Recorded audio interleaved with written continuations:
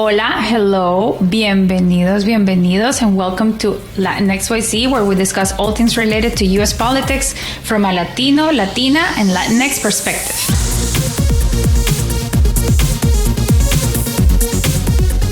Hola, Clem.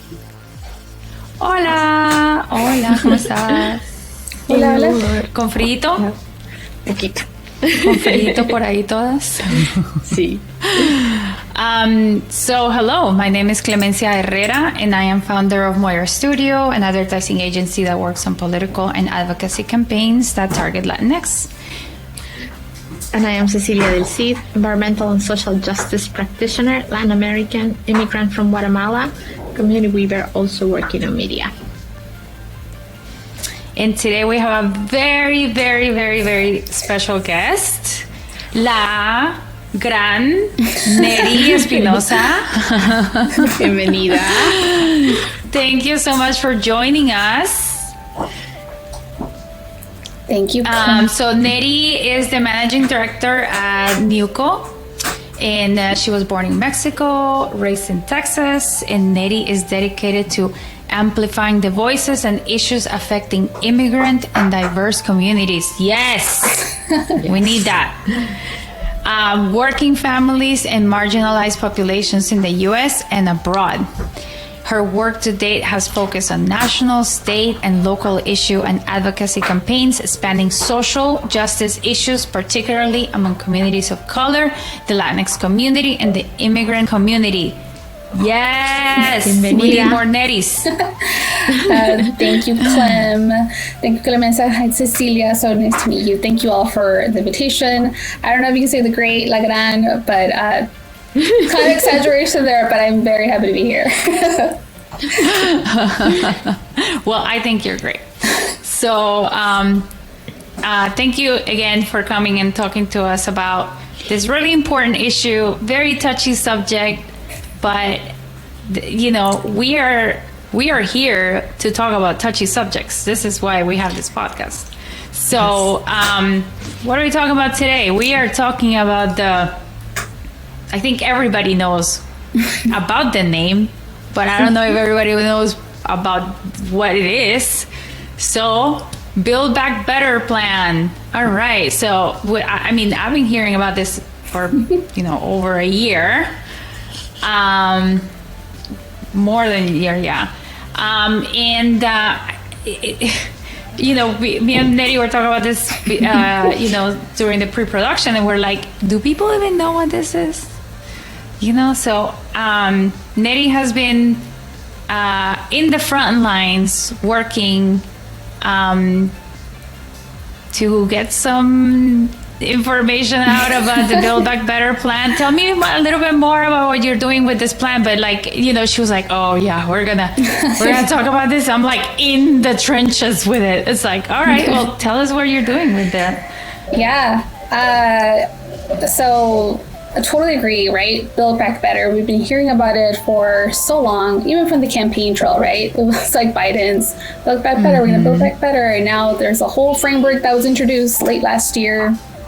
People had been talking about it. People were excited when it got introduced, but people still don't really, understand what is in there. I think part of the reason is because it's so big, and it would be actually pretty historical if it even got, if it got passed, which we're hoping it will, because it's still sort of, stuck there. But I think part of the reason why people can't grasp their head around, what is it? What is Build Back Better? Is because it touches so many issues.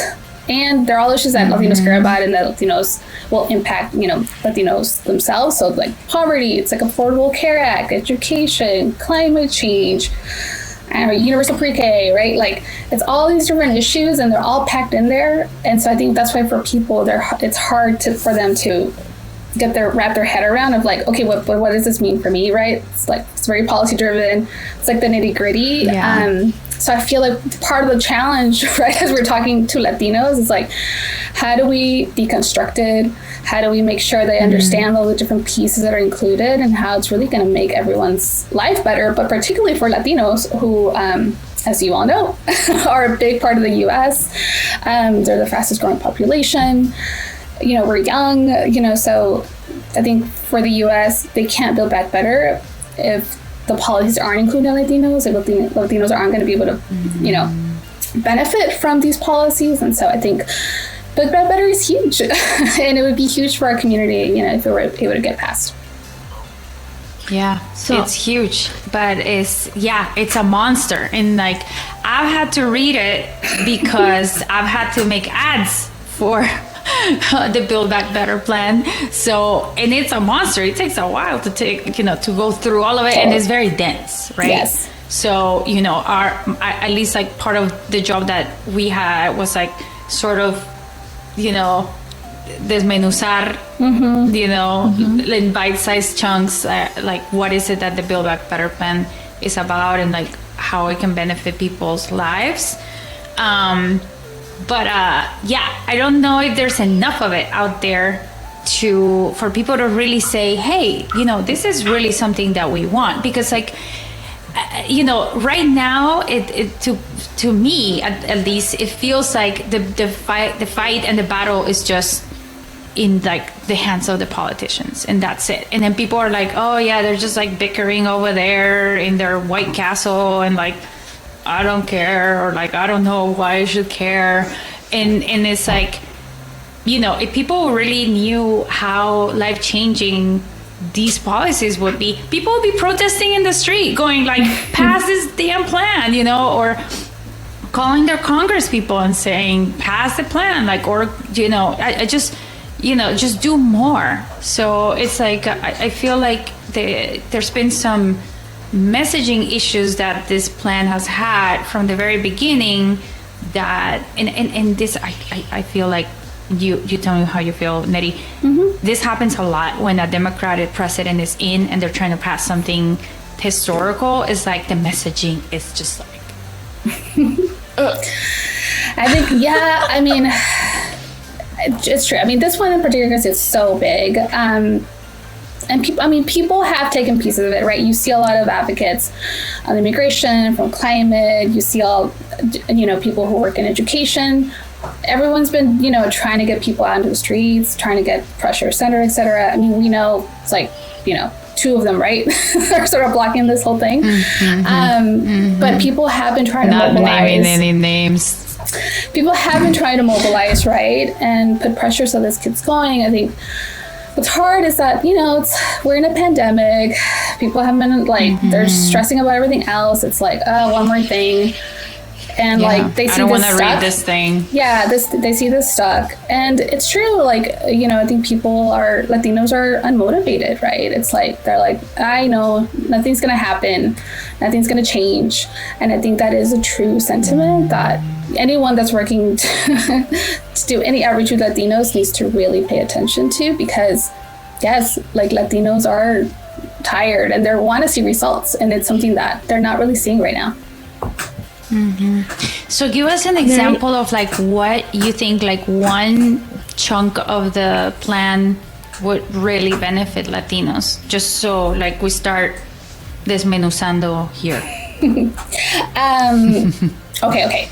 I have a couple, but I'll start with like the childcare and PreK, because I do think like this is so important, particularly for Latinas. As you all know, culturally, Latinas are primary, caregivers. They take care of the children. They're trying to balance that. They're trying to work. De abuelitos, de tías. And as I mentioned sort of at the top, Latinos are really young. Latinos are still having all the kids, like, they're having all the babies coming up. So I do like this piece of the Build Back Better, will make such a big difference for Latino families. Like, just imagine making like Build Back Better offering free preschool, like PreK, like to all your, 3-4-year-olds. Like, that would be crazy. That would be like game changer, right? Like, imagine just how much of a difference that would make such an impact. I know for, my family, it's not like my family could afford to send me to PreK. Even my sister, right? She was a young mom with a child, her and her partner worked, but it was still expensive to send their child to PreK. So I think that this piece in particular, I think is so important that in your day-to-day life, like that impact could actually, it would be like huge. Yeah, I mean, I know that some people have to quit their jobs so then they can take care of their kids just because they can't afford childcare. Exactly. Yeah. Nettie? I know, Cecilia, I know you want to say something. That your face says everything. No, I just wanted to say. No, I was just gonna be like. So I understand that it's big. I understand that it has many provisions that will be helpful for our communities, and not just our community. I think every community that is low income and many other communities of color. I think the party has not been very effective. President Biden's party on like, promoting it, or promoting what we should be supported. But I also think. Well, it's a very ambitious plan. It's stalled right now, and as we talk about it, and what is in my mind is like there are Latinos in 2 states, in Arizona and West Virginia, that could. For me, it's like, what can we do? So there's 2 pieces to I guess my common question is like, how do we know better? What is in this legislation that is helpful for our communities, and by benefiting our communities benefits everyone who can be marginalized or very vulnerable, and what are the potential involvement that communities in these 2 states, Arizona and West Virginia, could have, and maybe moving forward. What can we do as you're an advocate, an organizer? What is being done on the ground to help not only communicate what is in this huge legislation, which I think can be broken down in some very key important bullet points and explain the specifics, but we as community, can we impact these, the future of these senators who are not, voting for it, who are keeping it away from us, the gatekeeping? What are your thoughts about how do we make our power? Yeah. Cecilia, you're speaking my language. Latino electorate. It's so huge. There's so much potential. But I think it's to this point about messaging, right? It's like, I think that's the key here. It's like politicians, your groups, they're trying to get Latinos out to vote, right? To make sure that some of these electeds are like held accountable, right? And if they're not delivering, they're going to come out of office. I think it's huge. And I think groups and organizers, I think they are still figuring out what's the best messaging to land with Latinos, because you guys know this, Latinos are not a monolith. West Virginia Latinos can be very different from Latinos in Arizona, just depending, the country you were born from, like, if you were born here, you're born abroad, like if you're a young Latina versus an older Latina, if you're Christian or Protestant versus Catholic. I mean, all these things like are layered into Latinos. And I think that's part of the reason why messaging is so hard, because it's like, we're not this like one group where like one message is going to stick and hit everyone. It's like, you've got to be able to like divide it up to make sure you're hitting all these little sub communities that exist within our huge Latino family. I mean, not to even like, let's not even get into like Texas or Florida, right? Like that's a whole other like layer there. Yeah, it's a whole different can of worms over there. But I agree. It's like that. I mean, and one of the things that me and Ceci have spoken about is that I don't think that that Latinos know how powerful they are. And like, how is it that they could say, oh, you're not going to vote for things that matter to me? Guess what I'm going to do for you in the come election day? Yeah. Well, and to your other point of like, what are groups doing? I mean, they're doing stuff, right? I think in Arizona, there's a whole campaign now, Adios Cinema, right? Because she's not delivering for the community. I mean, they're doing stuff because because they know that because they voted for, these candidates, like they got them into office. Like the Latino vote was so critical for Biden to win and for all, these senators to be in power, and now they're not delivering. And so, there's going to be consequences to that. And obviously that's not the only thing that's going to motivate Latinos, right? But there's obviously more things and issues, and like the stuff in BBB, I think can help to motivate Latinos to get out there. But that's a big piece. But you see them. I think Latinos in the, maybe in the past we were like, oh, okay, well, I guess they're not doing anything. Now they're like, no, like we know our power. We're going to do something about it. You're not doing your job. So like, we're going to go find someone else who's going to like really speak to our community. So I guess my question a little bit, and maybe a little bit of concern, is like, do we think critically about what our best option is? Do we get behind, or do we just, like, I think of my experience politically in Latin America, in Guatemala in particular, where we had like a voting ballot that had not just 2 candidates, it had like 20 partidos políticos, right? Which is like the opposite of like a 2-party system in which you have way too many. And like when you're looking at the, that's why we have a segunda vuelta, like just so we can get to those last 2. And I get the impression, this is just like obviously I don't have data for it to back it up, but it's like, are we just flip-flopping and being like, well, this one didn't give me what to do, I'll jump to the next party? Or it's like, are we jumping off of voting? And that in combination to not only these 2 senators who are preventing this legislation, who is so impactful, not only for Latino communities, as I said, but for many, many other communities of color or vulnerable communities, but also there is the actions of the Republican Party, which are like, we're going to prevent voting, and we're going to jeopardize access to vote for these communities. So I feel like we are being hit by the 2 flanks, and I personally sometimes go into this like throw my hands in the air and be like, nothing's gonna happen, and here we are spinning our wheels in the mud, and I don't want to be in that space. So I think, as I think of the importance of this legislation, as I think, I think a lot personally about the use and execution of power, and who wields power, and how we wield power, and how we build community power. What are some of your thoughts about the possibilities, avenues, ways to push? How do we encourage our communities to do better? People who are listening to the podcast, what are things that they should be thinking about? I hear you. I'm Latina. I'm tired. I'm like, why is it stuck? Why isn't it just moving? Like, been doing this work for a long time, and that sentiment, you're not alone in that.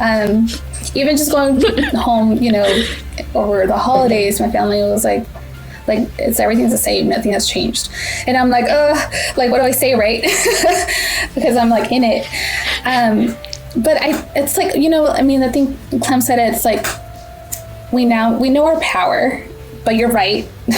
Republicans have definitely caught up to that. And so they're like trying to suppress our vote, trying to make it harder for us to vote, purging voter rolls, etc.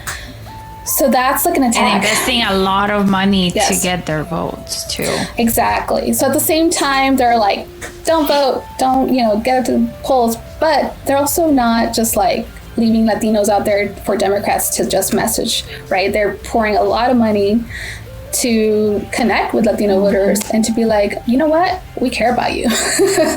And we care about you because XYZ. And so they are able to deliver that message to Latinos. And I think the strongest messaging point from Republicans is the jobs and the economy. We've been so bad about that. The Democratic side, the progressive side. And Latinos, what do they care about? Jobs and economy. And I think we saw that with Trump, when we saw Latinos, sort of actually support Trump, and you're like, what? And it's because they fell into this belief that Trump was good for the economy, even though we all knew that wasn't true. There's a whole other conversation about disinformation, misinformation that I can't get into right now, but I think that's it's part of it. It's like that constant messaging and reaching out to Latinos, making sure that they are feeling touched and that they're having these conversations, but that they're having these conversations like at home, through family, through friends, through people who they trust. Because you know how Latinos are. my mom's not gonna, my mom's gonna like believe someone que le dijo algo de la iglesia, and I'm like, Mom, like, it's like, Yeah. We have had that conversation too. Yeah, the grapevine is strong with the Latinos. Oh, yes. Yeah. But so it's like, if we know that, and there is... Go ahead. No, I was just going to say, like, if we know that and we have this... And astrologists need to obviously know that, why aren't we plugging into the grapevine? Con la abuelita or something? I do think people are doing that. I think groups are freaking out. People understand, like Cecilia, Clemen said, I'm pretty sure you guys are on WhatsApp. You guys know that's where all these messages come through. Yeah. That's where a lot of this information comes through. So there are people who are like building up programs to reach Latinos, to meet them where they are, and not ask Latinos like, hey, come and like get information from this other platform that you're not even on. It's like, again, YouTube. We all know Latinos are on YouTube. It's like, yes, you need to invest more money in your program and then like get on YouTube and make sure those ads are like there and running and hitting our people. Yeah, I think the answer to your question, Ceci, is because it's very expensive. It's true. Like trying to as Nettie mentioned, not only are we trying to reach a bunch of different grapevines, through all these different channels, but also we have to reach them like in different ways, because there's all these different messages, because like the Latinos in Florida are different from the Latinos in Texas, and so on and so forth. So this creates a huge web of a lot of different channels and messages that we have to work on to be semi-united, and also at the same time have ramifications, and then invest time in creating content, and also there's like people on the ground going out and reaching out to people. Like this is like extremely complicated and costly, and so I think that's it. I think that's the answer, and most of the times it's like Latino programs don't have the funding. They don't. And like they don't have the funding that other programs do, and this is the issue, because it's like, I'm not saying that it's like outrageously expensive, out of reach. You can't do it. It's more like it's too expensive for the amount of funding that these programs have right now, because the Latino programs have always been like 5% of the budget, because they've always been like, oh yeah, we need to do this one thing in Spanish. By the way. And I think that's the thing, right? It's like the Latino messaging has been, hopefully, I think it's changing, right? Because there's a lot of really great people doing work to uplift exactly what Camille was talking about, that there needs to be more funding to run Latino programs at the scale that they need to be run at. But there are people who are, the messaging is sort of, sometimes the Latino programming is seen as like the afterthought, right? Whereas like, no, you need to start building your program and think about Latinos from the front end, from like the planning, from like, build it in that way, and not in the afterthought, and build it into your budget. But yeah, I mean, Camille says, right, it's expensive, and there are challenges, but again, I think those are opportunities because there's so much untapped out there that it's like, oh my God, just, I'm sure Clement is like, just give me like $1 million and I will like run this whole thing. Like, I wish.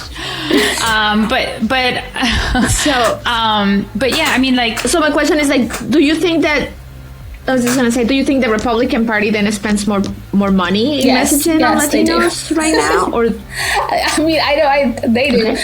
Well, I think that, I think also for Republicans is that they're not afraid to just like spend the money and like just test things out. They're willing to do that. And there's also really powerful people. There's really powerful people in the Republican Party that are willing to just say, convert the people. Sort of like, how like the, some evangelical people have done, like, let's convert people. And like, there's really powerful forces that are just dishing out a lot of money. And it's like, where are my billionaire Democrats at? where's the money, guys? Let's do it. Let's convert. It's like it's the same thing. Clem, don't get me there. There's a lot. There's a lot. I think they're all the same. Billionaire Democrats. But at the same time, it's like, they're closet Republicans. Well, maybe, but also I don't know if maybe they're starting to see the value in it. Maybe everybody's sort of waking up to seeing the value of it. But it's like most of the times it's just been like, they don't see the value, or they don't see why it should matter, or they think it's too complicated, or they just don't know. Like, oh, so who's gonna do it? Oh, there's like we have 0 Latinos in this whole department. So who's gonna run this program? So there's a lot of like also systematic things that need to change in terms of like who's running these programs and who's putting the money up for the programs. But as I said, Cecilia, it's not impossible. I mean, we see private companies doing it all the time. We see them being able to message to Latinos. I mean, I don't know. I'm like trying to think of ads right now, but like, I don't know, even during the Super Bowl, you see like some of these ads and you're like, they're resonating with the Latino community. So it's like, it can be done. Like we see the private sector doing it all the time and making sure that it hits like the different, subgroups within the Latino community. So it's not impossible, but yes, it just requires money, and it requires the talent and the like people who can, who actually understand the Latino community to do it. Yeah. So bringing it back to like the Build Back Better, if you had like not to worry about money and you could just get the messages that you wanted out, what would be like your top 5 things or top 3 things you would like Latinos to have like very upfront, like if this legislation passed, this is how your life will improve? You mentioned one already with like PreK for little children. So how would that impact families and also specifically women or caregivers within a family? What are some of the other issues that you think are great, like would be great for our community? I think second would be affordable healthcare. We all know this. Latinos are like one of the groups that are like the most vulnerable, that don't have access to healthcare. Like I didn't grow up with healthcare. Like my family couldn't afford it. Like even my mom right now, even with the Affordable Healthcare Act when it came through, my mom was still like, it's too expensive. Build Back Better will make it much more affordable, which would make a huge impact for our community. To get more, get our community just insured would be like amazing. And lowering prescription drugs, right? My sister had a kidney transplant a few years ago. Like she is like, this is like her main issue. like she will literally, like the whole Build Back Better, she read it all because of the healthcare. Like, which is crazy to me because my sister was like apolitical like before this. Like she like didn't even care about politics. She was just like, and all of a sudden like just that, having that moment in her life and having to like go through all this stuff and like understanding the importance of like having like health insurance, like I mean that's transformational. So I think that would be like my second.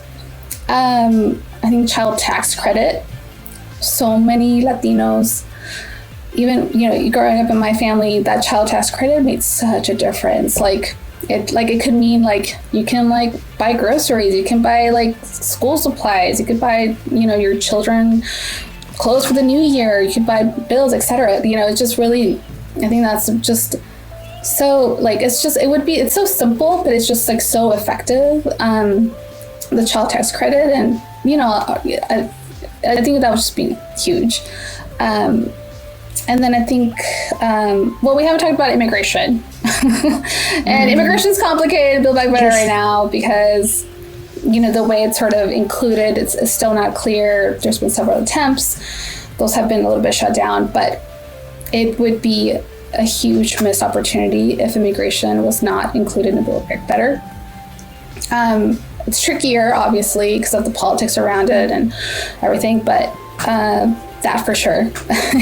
Even if it's like, something that is maybe not as big as I think as our community wanted or expected, I think even just including something would really resonate and make a difference. So I think those two. I mean, there's education and climate, but I don't want to take over everything. I'm like, I'm all into the Build Back Better Act right now.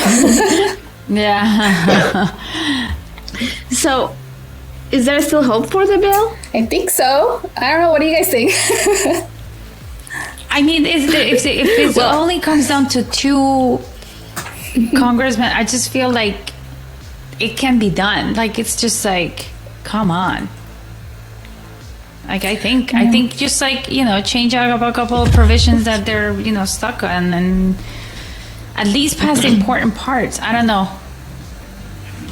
I don't know. I think that's the hard part, right? Because it covers so much that everyone wants to hold on to their piece that their constituents really care about. Mm-hmm. And so people, it's hard and it's stuck. And yes, I mean, if these 2 senators would just say yes, I mean, we'd have a whole, this would have passed like last year.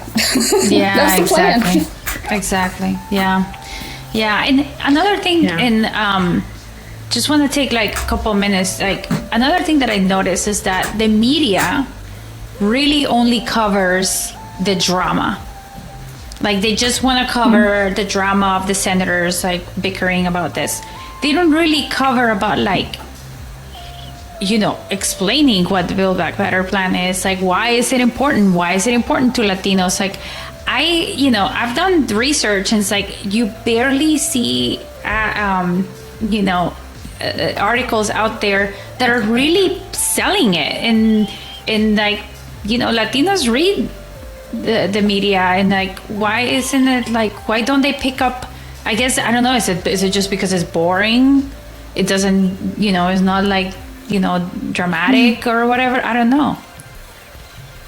Yeah, I mean, I agree with you. I think if I were to ask my family, like, what's in the Build Back Better, they'd be like, what? Like, they would not be able to answer me, because they're like, what are you talking about?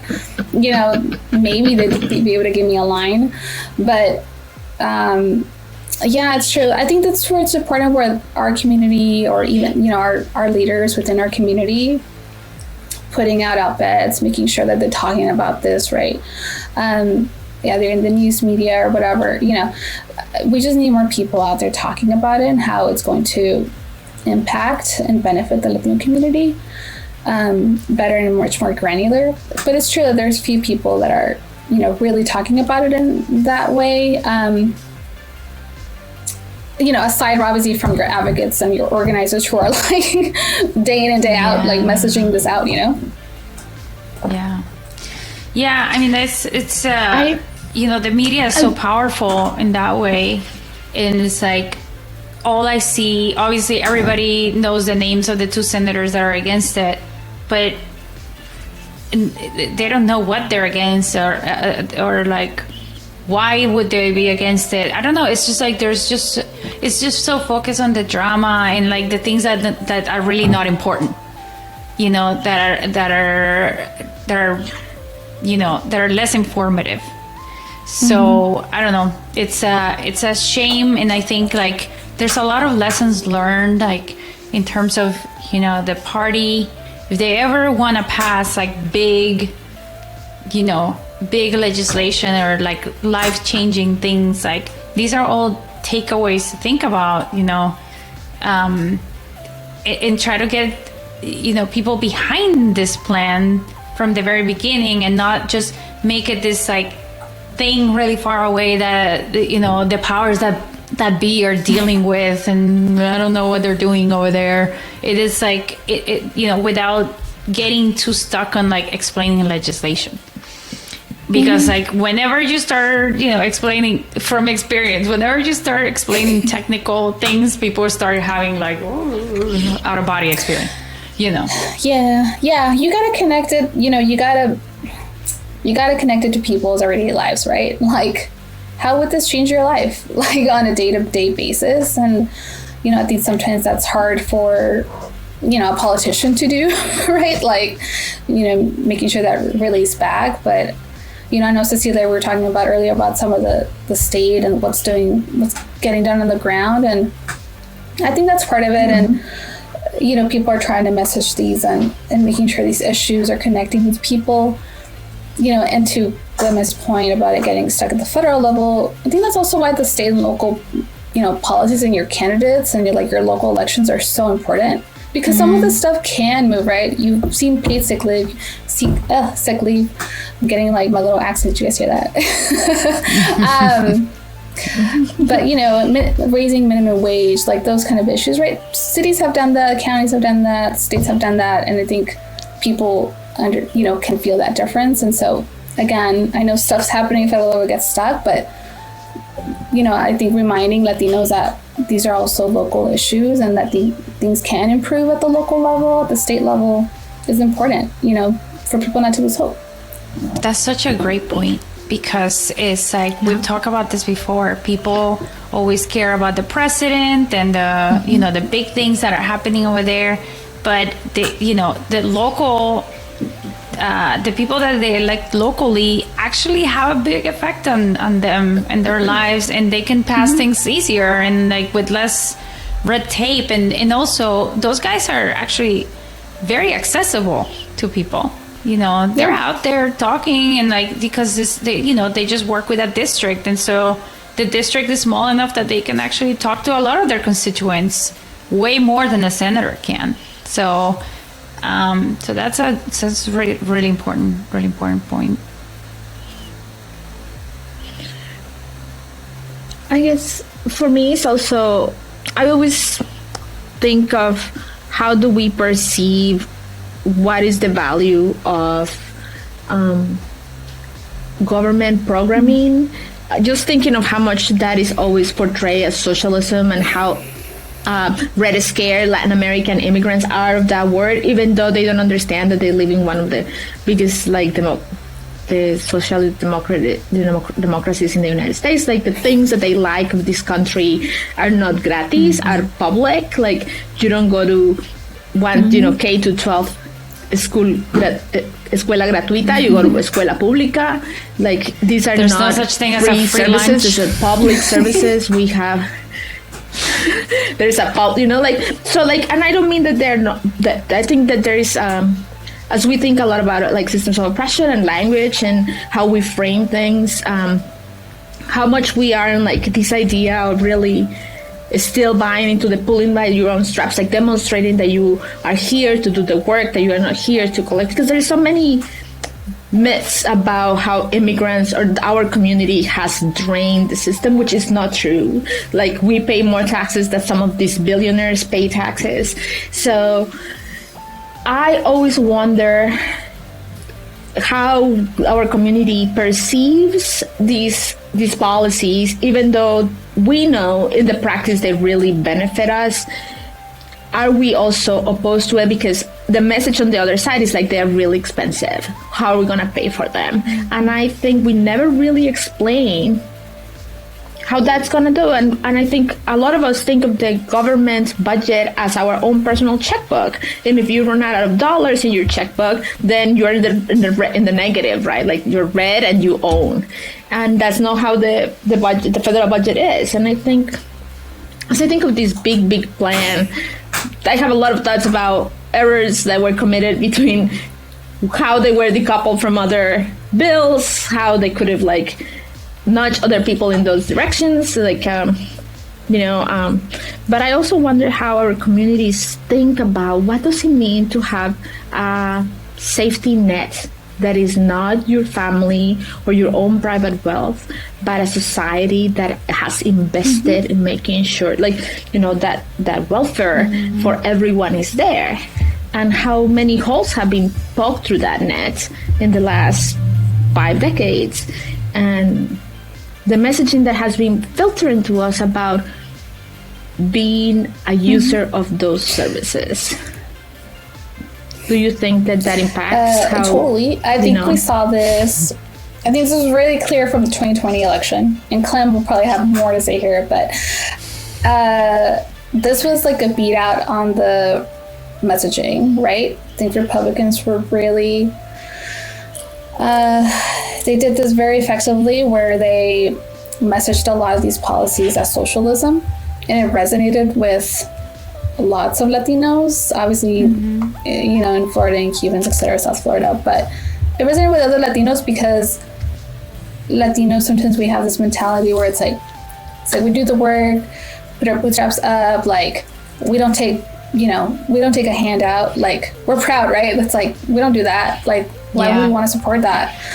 And I think it's really a messaging. It's also how, I mean, we can talk about this all the time, but I think it's also just about Latino identity and how we identify ourselves and the values that we like care about.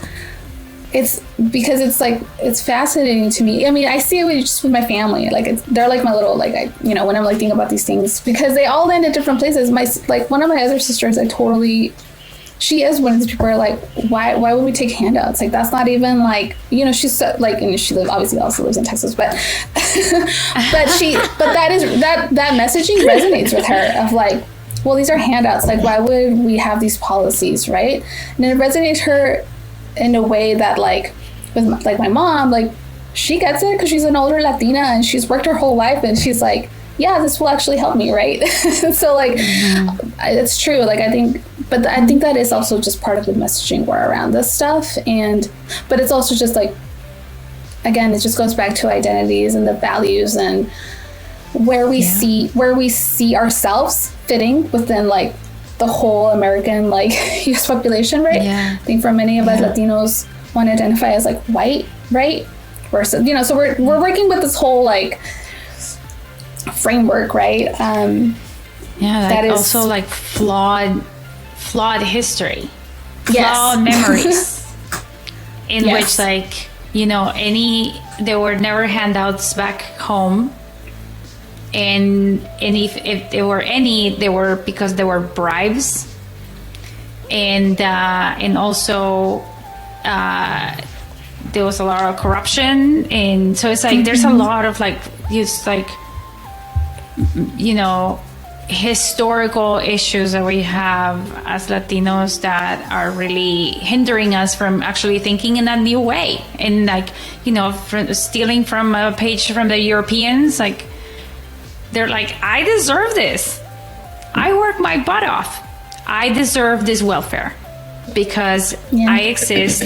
I am a citizen, and this is what I deserve. So it's like, really, and Nettie, you brought a really great point of like, what is our identity and what is our place here, and really, like, really believing that we belong here, that we deserve this, and that we have worked our butts off for this. Is like this sort of like changing the paradigm of how Latinos think of themselves and their identities in the US, because it's like if we're always thinking that we're on borrowed time or borrowed land or like we don't belong here, then we're never gonna sign up for any of these things that will be really beneficial for us. So it's a really great point that you bring, Nettie.